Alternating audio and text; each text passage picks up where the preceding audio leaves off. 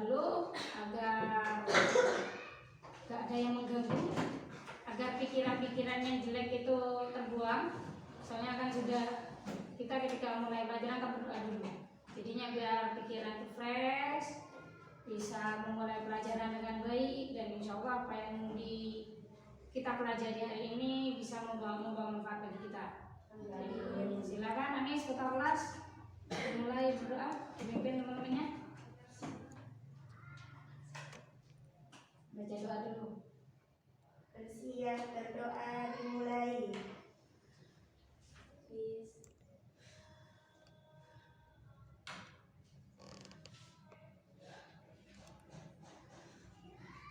Selesai. Terima kasih. Gimana ketua kelas? Perlu saya absen satu-satu? Apa semuanya teman-temannya sudah masuk semua hari ini?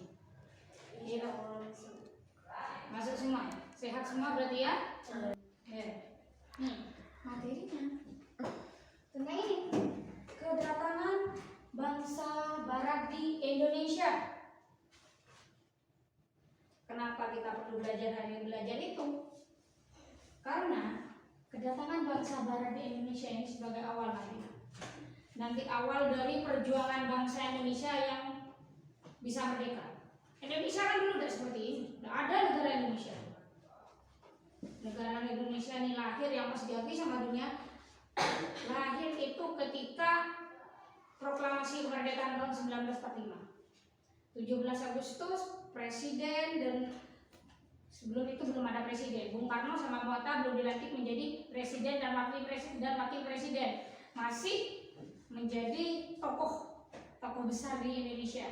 Jadi belum merdeka kita. Tahun 1945 ketika kita memproklamasikan dirinya menjadi negara yang merdeka, barulah terbentuk yang namanya Indonesia merdeka. Kalau dulu masih kerajaan, masih kerajaan dulu, tidak ada persatuan, masih diadu domba sama ini bangsa Barat.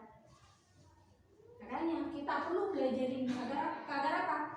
Agar kita tuh tahu Indonesia tidak moro-moro ada kok ini negara Indonesia, tidak.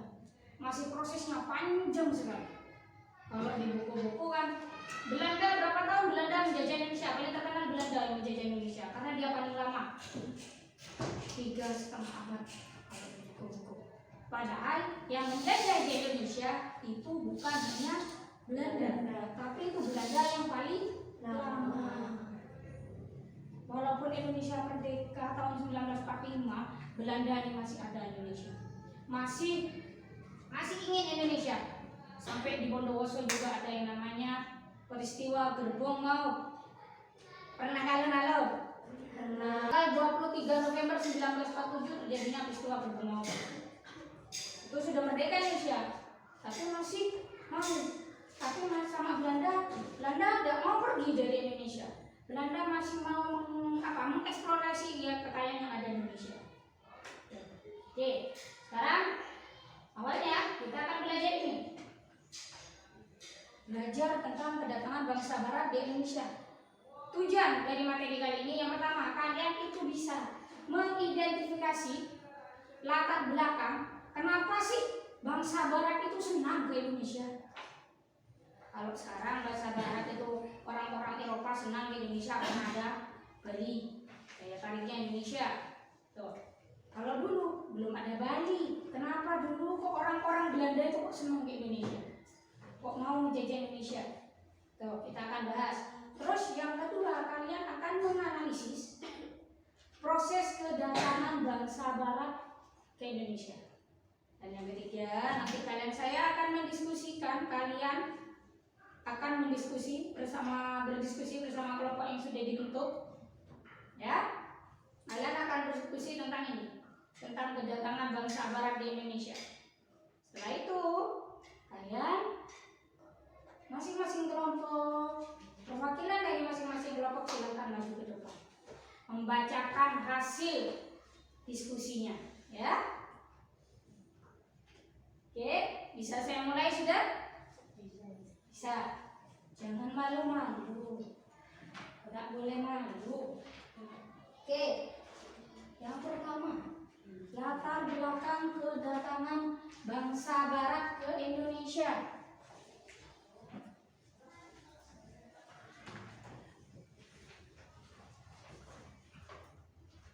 Tuh, latar belakang perdagangan bangsa barat ke Indonesia. Ya, nih, sip. Itu apa namanya? Peta. Peta apa itu? Tuh. Peta apa itu nak? Peta? Ya, peta apa?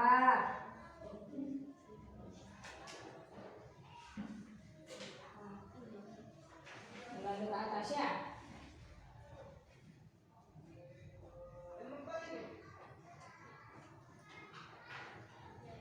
Nah, sip, bagikan. Itu paling atas sendiri. Yang ada tanda merahnya itu Eropa. Tuh. Bisa lihat kan kalau kayak gini, bisa lihat semua? Itu. Kalau di peta jaraknya sedikit ya. Itu berapa sentimeter ya?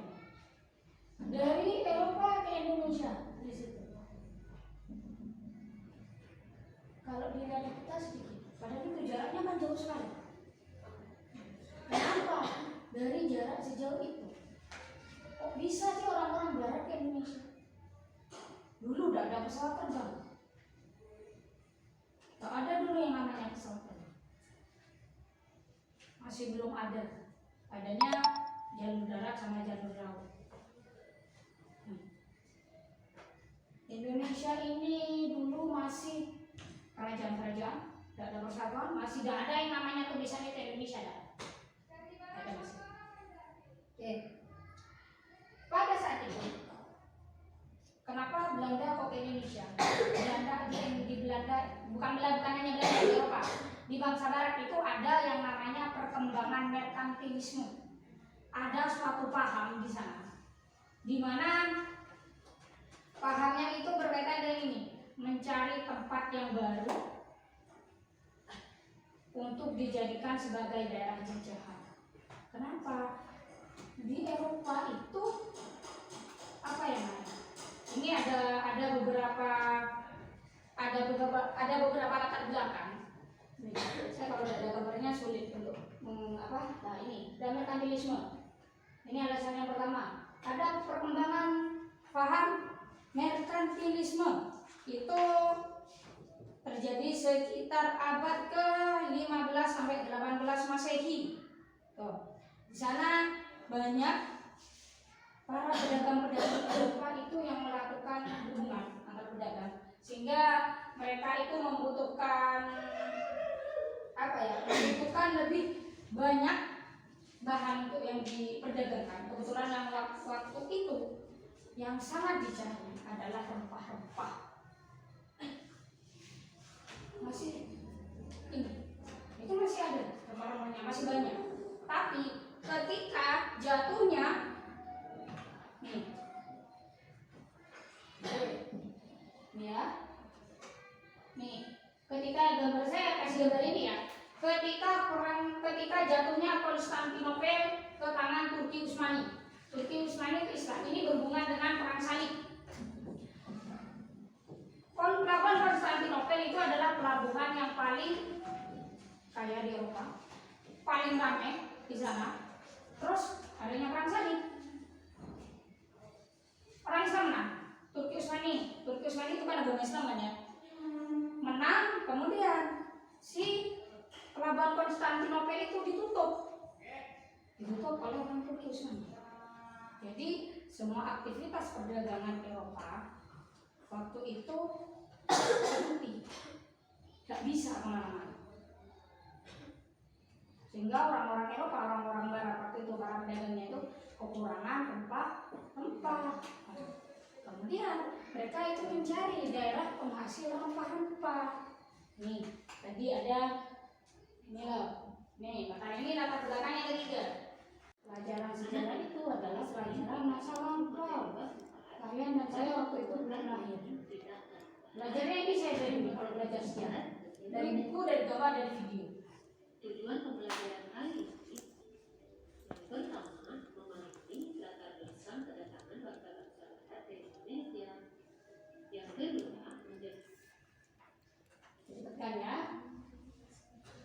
silakan langsung kerjakan tuh. Bukan hanya bangsa-bangsa Asia, tetapi bangsa-bangsa Eropa yang letaknya 2 kilometer dari Indonesia serta Kalau di kita agak jaraknya sedikit. kekayaan apa saja yang mendorong kedatangan bangsa-bangsa barat ke Indonesia? Untuk memahami faktor-faktor pendorong bangsa barat datang ke Indonesia. Ayo, sambil dikerjakan ya, Nak, ya. Tugasnya sambil dikerjakan. Anak-anak, coba kalian perhatikan gambar berikut ini. Apa?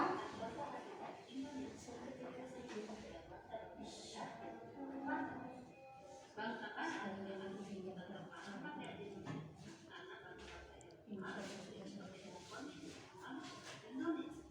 Iklim dan musim di Indonesia sangat mendukung tumbuh dan berkembang yang Kalian ini kalau kalian mau kemana aja. Ya satu. Ayo.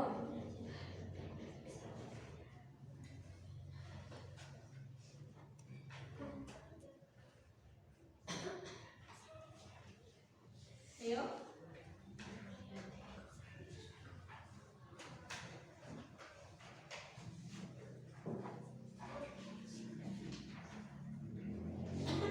Ayo. Pancasila, ayo. Assalamualaikum warahmatullahi Hanya dua. Kesimpulannya ada dua. Latar belakang sama kedatangan bangsa barat. Latar belakangnya ada 5. Bangsa barat yang Indonesia ada 4. Silakan sebutkan. Ayo. Kita menyimpulkan bersama. Waalaikumsalam warahmatullahi wabarakatuh. Silas antara Spanyol dan Portugis. Kita, yuk, saya bantu.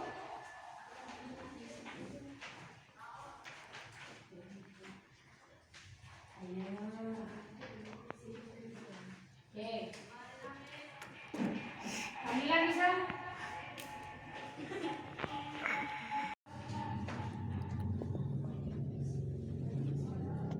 Ayo nak.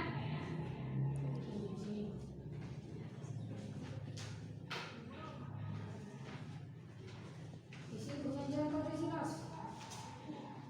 Oke. Isi dari perjanjian tersebut adalah menentukan di tempat batas ke arah barat wilayah kekuasaan Portugis. Kalau barat punya siapa? Haknya siapa? Layanan Spanyol. Timur Portugis. Portugis. Oke. Terima kasih. Semoga ingat ya. Jangan lupa materi-materi, jangan apa? Belajar. Jadi kalian biar gak lupa sama materi. Kalian di sini kan cewek semua ya. Perempuan yang cerdas itu nanti ujung-ujungnya nikah. Perempuan yang cerdas, anaknya pasti cerdas. Kenapa? Karena sudah diajari sama ibunya. Kalau bapak belum tentu bisa ngajari anak. Ya. Oke. Tadi kesimpulannya sudah disebutkan sama kelompoknya Kamila. Yang pertama, kalau kedatangan bangsa barat itu ada latar belakangnya ada 5. Ya.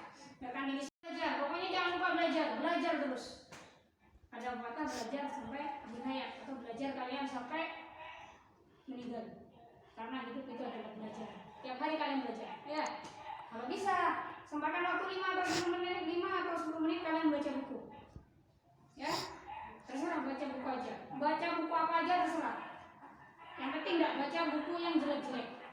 Biar Ar-Rahmanir-Rahim Maliki Yaumiddin Iyyaka na'budu wa iyyaka nasta'in Ihdinas siratal mustaqim Siratal ladzina an'amta 'alaihim ghairil maghdubi 'alaihim waladdallin